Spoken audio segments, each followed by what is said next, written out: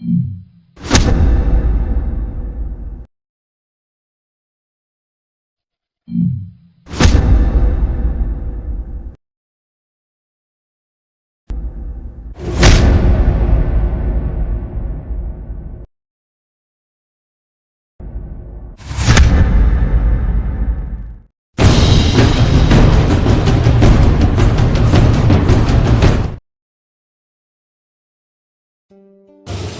मेरी एक छोटी सी कहानी है।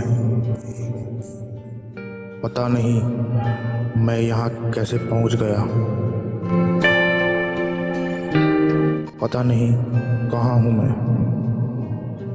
और तो और मुझे तो अपना नाम तक भी याद नहीं है। जैसे ही मेरी आँख खुली तो मैंने देखा कि एक ऐसा कमरा जहाँ सिर्फ कपड़ा ही कपड़ा रखा हुआ है।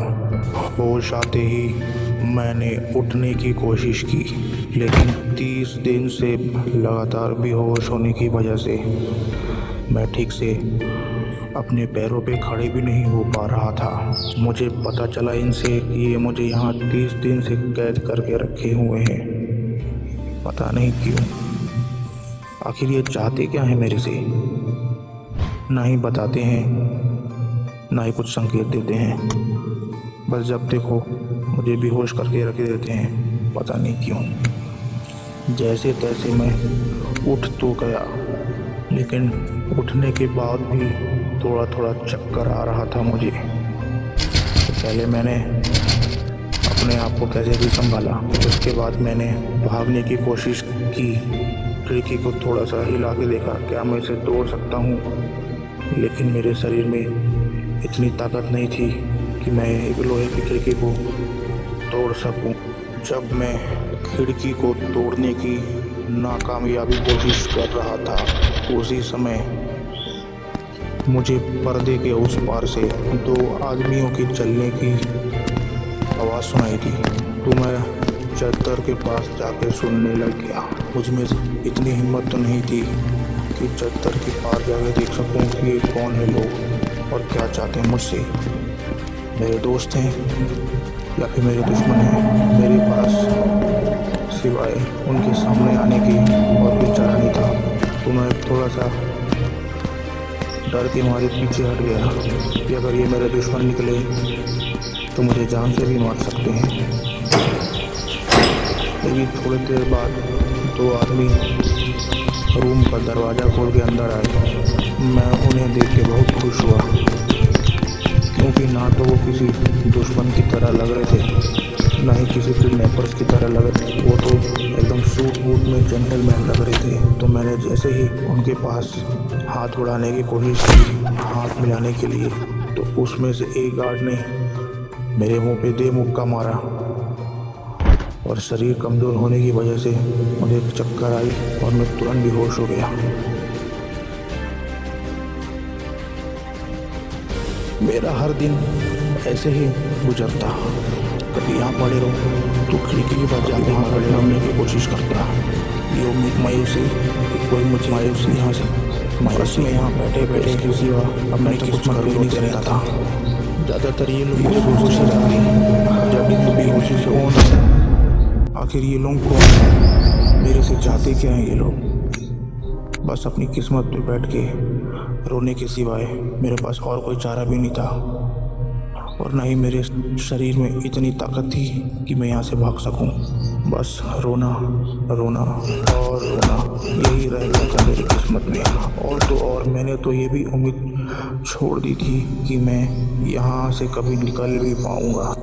एक तो वैसे ही मुझे ये लोग बहुत कम खाना देते, मुझे देते वो 15 या 30 दिन के बाद देते, ताकि मेरे शरीर में ताकत ज़्यादा ना आ जाए और मैं इन्हें मार के यहाँ से भागने की कोशिश ना कर बैठूं।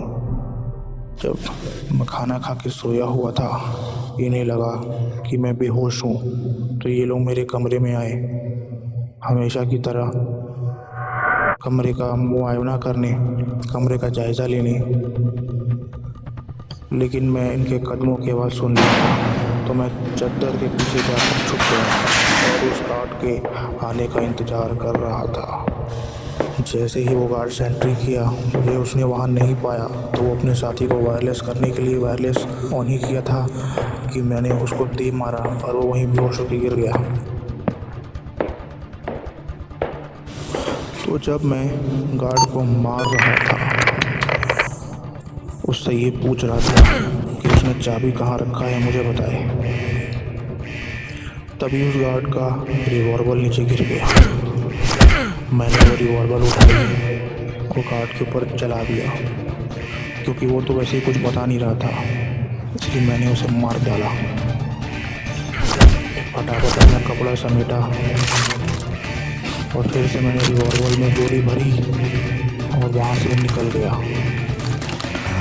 और जैसे ही मैंने गार्ड को मारा, वैसे ही वहाँ का अलार्म बज गया और उसके पहले साथी को पता चल गया। इसलिए मुझे फटाफट रिवॉल्वर में वापस से गोली भरना था और वहाँ से भागना था, ताकि मैं कटोरों में बैठे हुए गार्ड को मार सकूँ और वहाँ से निकल सकूँ।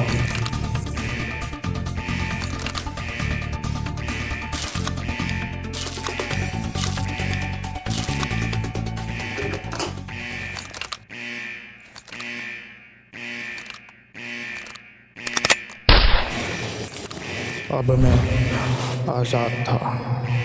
मुझे इस कैद खाने से आज़ादी मिल गई थी। अब मुझे सिर्फ एक ही काम करना था इस कैद खाने से निकलने के बाद, कि मुझे अपने बारे में पता लगाना था कि मैं कौन हूँ और ये लोग कौन हैं, और मुझे ये लोग क्यों किडनैप करके यहाँ रखे हुए थे। मुझे फ़िलहाल अभी ये तो नहीं पता चला कि मैं कौन हूँ और ये लोग कौन हैं, लेकिन मुझे एक चीज़ ज़रूर पता चल गई थी कि ये लोग मुझसे क्या चाहते थे। ये लोग मुझसे कोई सीक्रेट फार्मूला चाहते थे,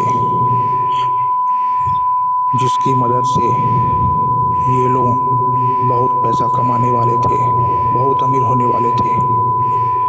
लेकिन मुझे कुछ ना याद होने की वजह से ये लोग मेरे से फार्मूला नहीं निकाल सके।